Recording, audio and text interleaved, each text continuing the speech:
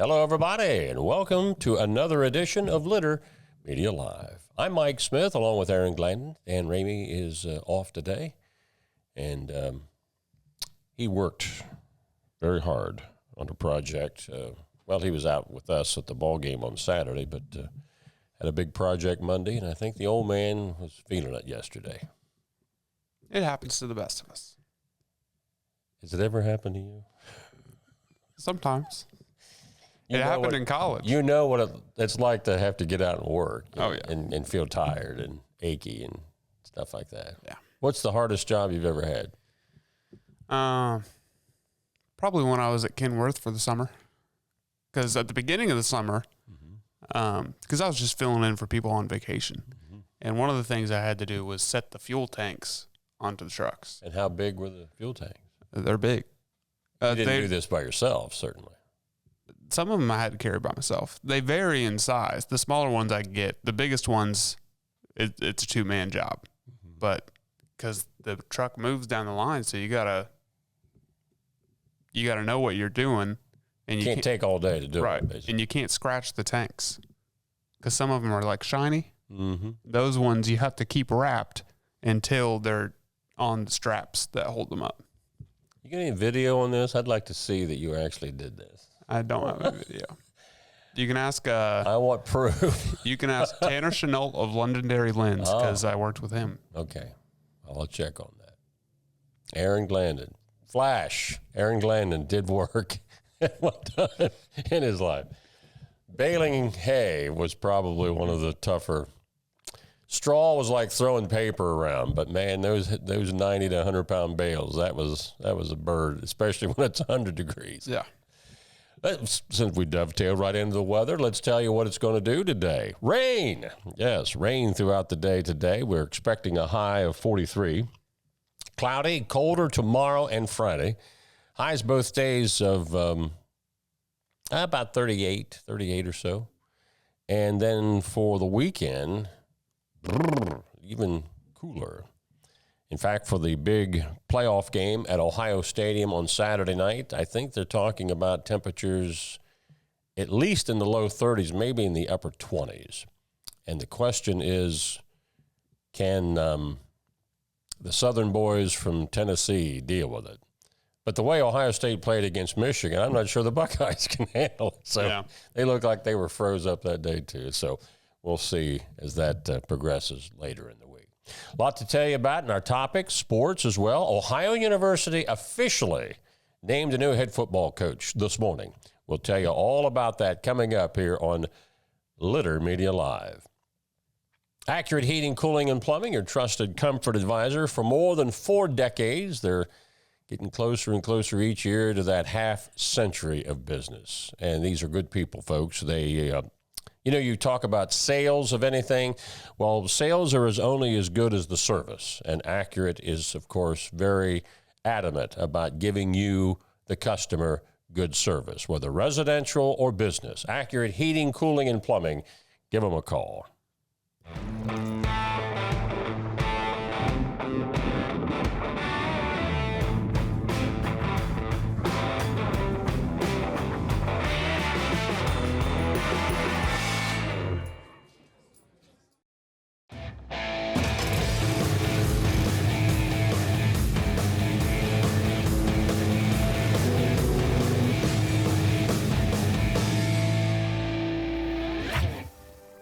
Now that's one fast mower. Take command of your lawn with Dixie Chopper, the world's fastest lawnmower. Find a career you love with Pickaway Ross Adult Education. Skilled trades careers are in high demand with no signs of slowing down. Pickaway Ross offers career training programs with expert instructors and hands-on learning tactics to create a variety of opportunities. Visit our website for more information. This is Andy Tomlinson. When ensuring what's important to you, our agents are there when you need us the most. Tomlinson Insurance, for the best coverage at the best cost. Visit us online at tomlinsonins.com to learn more. Haynes Total Healthcare Center is celebrating 50 years of serving the chiropractic, physical therapy, and nutritional needs of the community. Click on this ad anywhere you see it on littermedia.com, and it will take you right to their website to learn more. HaynesHealth.com. Well, we hope that you'll check out our website each day at littermedia.com to get caught up on the beneficial news that you can use. These are some of the stories that we've had over the last few days that are the headlines, including stories we added yesterday.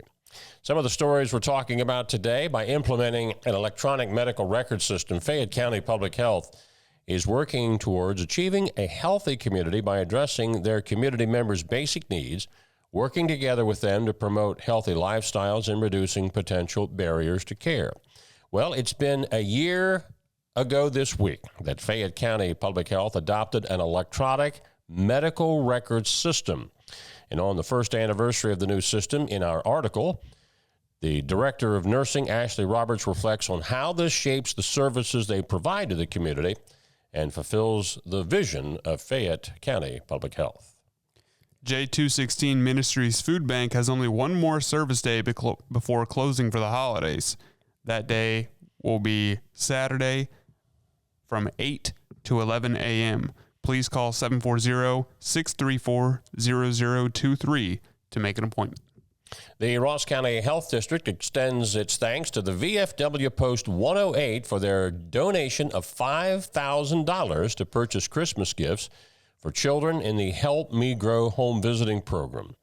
The funds purchased gifts for approximately 110 children, age infant through age 5. These gifts have been wrapped and provided to families, some of whom may rely on these presents as the only gifts their kids will receive this holiday.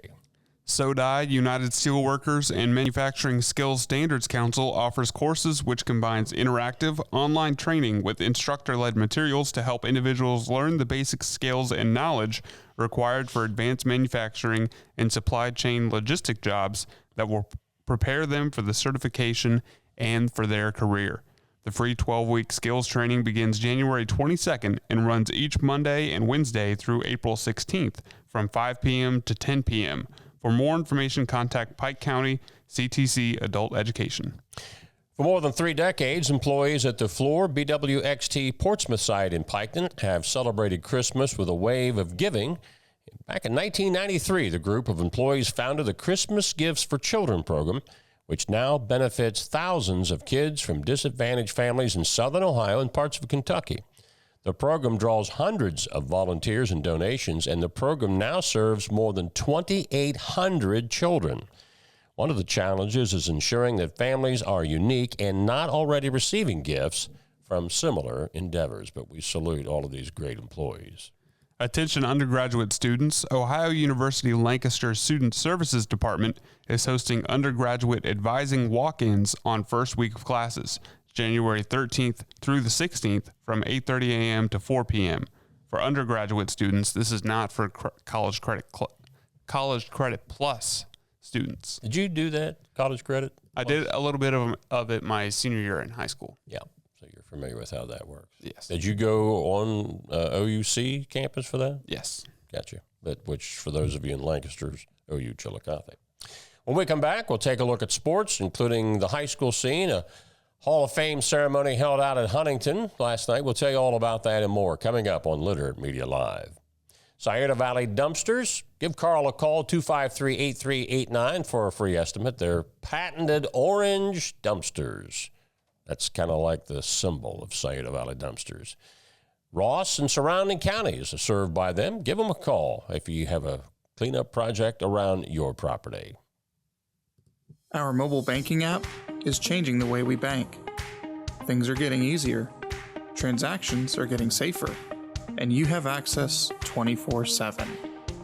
All the functionality of banking you're used to, made easier to use, anywhere, anytime, and more secure than ever. Simple, seamless, safe. Download our Kingston National Bank mobility app today.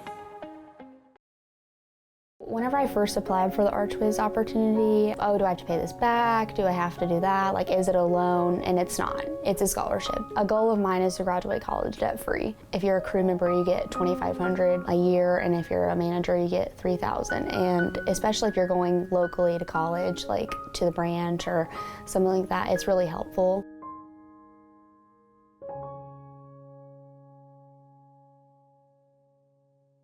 I'm a busy woman, and I'm not ready to slow down. Tiffany's hip pain was interfering with her career and active lifestyle until she came to the Adina Orthopedic and Spine Institute. Dr. Meshbach told me about same-day surgery. I said, I want it now, and I wanted it yesterday. After a successful procedure, Tiffany was home the very same day and on her way back to enjoying the community she calls home. At Adina, we do what we love, so you can too. All right, back with Litter Media Live. Let's jump into sports with the high school basketball scene last night. Boys FAC play 2 games into conference play. Miami Trace and Washington have the league lead. The Panthers beat Chillicothe last night, 56-47. Washington over Hillsborough, 58-41. And Jackson beat McLean, 47-46. Jackson, of course, lost to Miami Trace Friday, so they're a game out. In the SVC in boys basketball last night, Zane Trace, they stand alone in the conference with a win over Paint Valley. Unioto, Westfall beat Piketon in overtime, and Southeastern over Adina. OCC action, Groveport-Madison beat Tays Valley, Pickerington Central over Lancaster.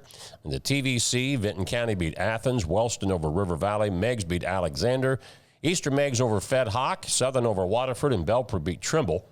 In the non-conference action last night, Waverly boys get a win. They beat Northwest. Wheelersburg over Western. Eastern Pike's tough this year. It's 49-48. A nail-biter last night over West. New Hope Christian beat Fairfield Christian. South Webster, Minford, Liberty Union, Manchester, Nelsonville, York, Greene, and Sheridan were all winners. In the Shack, Eastern Brown, North Adams, and Fairfield out of Leesburg were winners.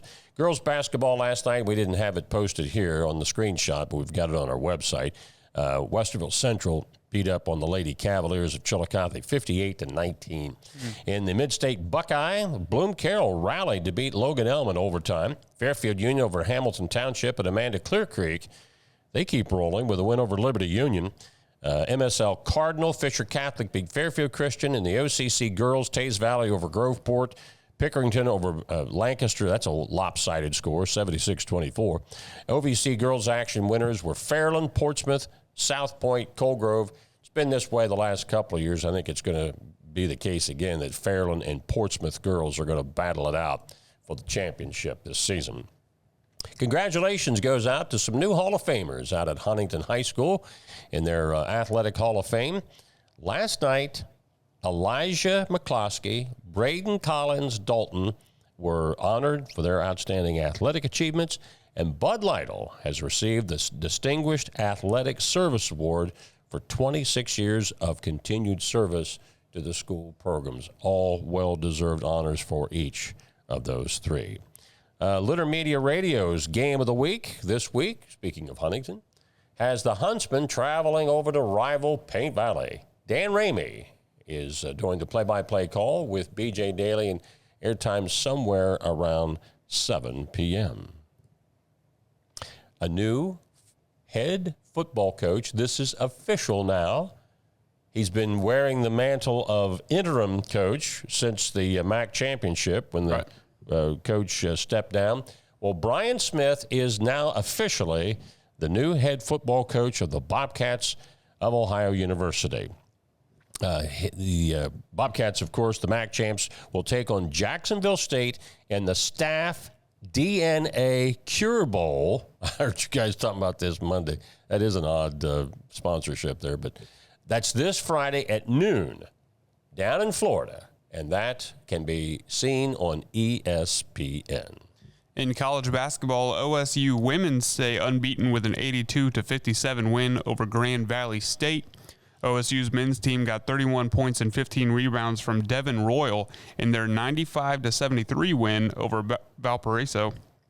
And in hockey, the Blue Jackets let us down again. They fall to Tampa Bay 5-3. And that was their 5th straight loss. When we come back, this date in history is sports. We'll go back to 1932. I think we might have talked a little bit about this in light of another game from the early 30s. I think that was 1934, first playoff game. But this game preceded that actually led to a a playoff system in the NFL. We'll talk about it when we come back on Litter Media Live. First, we want to tell you about Litter Quality Propane. 92 years of serving propane users in southern and central Ohio. Reliable supply, reliable service, reliable people. For transportation options in Ross County, call Ross County Health District's Mobility Management Team, 740-779-9652. Each week, we'll announce the Neil Coleman Insurance Wyandotte Mutual Litter Media Player of the Week, presented by Homeland Credit Union. And in December, we'll announce the Player of the Year. Nominate any amateur athlete by visiting littermedia.com and click on Player of the Week. You'll also see the players we've named throughout the year. Make your nomination today for the Neil Coleman Insurance Wyandotte Mutual Litter Media Player of the Week, presented by Homeland Credit Union.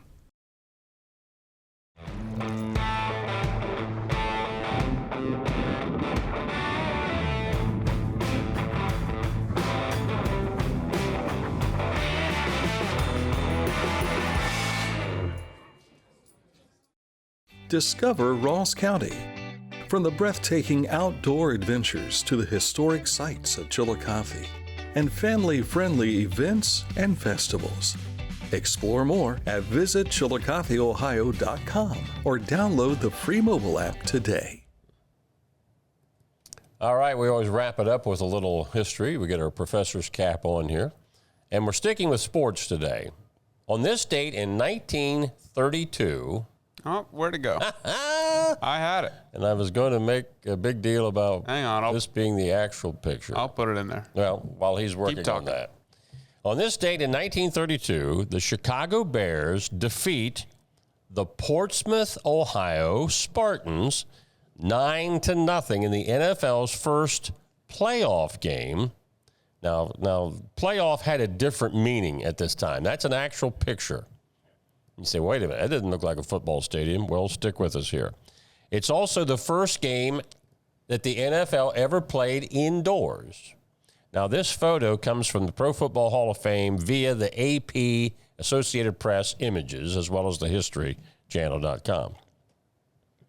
The victory gives the Bears the championship and leads to a playoff system for the first time. Because of frigid weather and waist-deep snow in Chicago, the game was moved from Wrigley Field to Chicago Stadium, which is where the hockey team played. Chicago Stadium could not accommodate a regulation-sized football field, so the game was played on a field 60 yards long, 40 yards less than regulation, and with restricted end zones. The field, by the way, was covered with 400 tons of dirt from a recent circus that was in town. They did things differently back then. And can you imagine that dirt probably wasn't the only thing in that dirt? That probably smelled terrible. So at this time in 1932, the championship is determined by best record. They didn't have a championship game per se. But because Portsmouth and Chicago were tied, they had to have this quote-unquote playoff game that determined the champion. And that led to an actual playoff system in, I think, 2 years from that time in the NFL. But yes, the Portsmouth, Ohio Spartans, who later became what franchise? I couldn't tell you. The Detroit Lions. So the Lions franchise used to be and started out in Portsmouth, Ohio. You ever see Spartan Stadium in Portsmouth? Still there. No. That's where the Spartans played in the early 30s. That's where Portsmouth Notre Dame plays their games. Portsmouth High School, I think, used to play there years ago until they built their new stadium. But Notre Dame still plays down there. Just imagine the NFL coming out and saying, we're moving the location of this game to an indoor hockey arena, so it's going to be 60 yards. Yeah. There would be a riot. But with waist-deep snow and temperatures below zero, I'm sure the players weren't complaining. Right. But, yeah, indoors and the first quote-unquote playoff game, even though it was not supposed to happen. Right. But it was just like more one like a league. Tiebreaker game. Yeah, it was one league of six teams whoever had the best record was typically the champ, but because they were tied, they had to play it off on this date in 1932 in the elephant dung and whatever else was in that dirt on the floor of Chicago Stadium. Gross. That's going to wrap it up for today. This seems like it should be Thursday, but it's actually only Wednesday. I was thinking it was Tuesday because I missed yesterday. Yeah. So, by the way, how's the kitty? He's good. Okay. He had some shots he had to get. Oh, I thought he had surgery or something like that. He was not happy, though. Well, but it was for his own good, right? Yes. But he's fine now. It was probably hard convincing him that it's like when your parents spanked you. This hurts me worse than it. I always got. That's when I heard that. Yeah. You mean it? The hardest part is getting him in his little carrier that I have to use to take him to the vet. That's always an ordeal. Yeah. When we took vacation last summer, Sarah had 2 carriers with her 2 cats, and one of the cats got sick in more ways than one. It was coming out both ends, and it was all over her. We had to go to Walmart to get her a change of whatever to get on the. Yeah, it was a mess. Thank God she's got a good friend that now takes care of those things, so we don't have to take him to the cat hotel. So. Tomorrow we'll be back. As of right now, we have no special editions scheduled between now and Friday, but you never know. We've always send out invitations for people to come in, and if they schedule those, we'll have them on Special Edition Lives. But you can always go back and watch some of the previous interviews that we've had, as well as you can this program each day.